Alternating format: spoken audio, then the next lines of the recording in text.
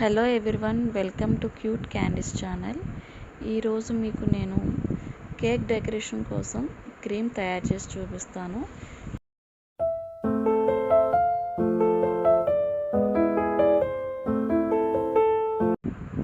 దానికోసం ముందుగా ఒక గిన్నెలోకి అరకప్పు కోకో పౌడర్ వేసుకోవాలి.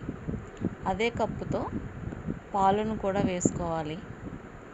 తర్వాత 3 స్పూన్లు షుగర్ వేసుకొని అర స్పూన్ కార్న్ఫ్లోర్ వేసుకొని బాగా కలుపుకోవాలి.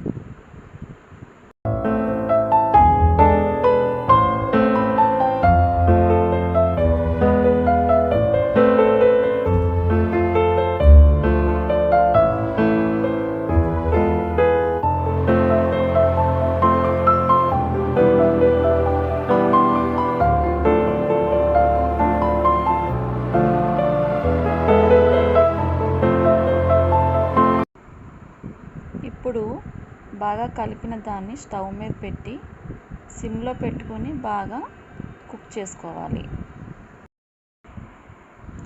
ఆ మిశ్రమాన్ని అలా కలుపుతూ ఉండాలి.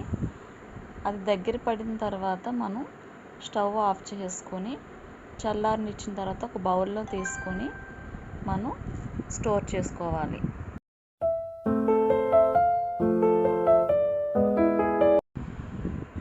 అంతేనండి, చాక్లెట్ క్రీమ్ రెడీ అయిపోయినట్టే.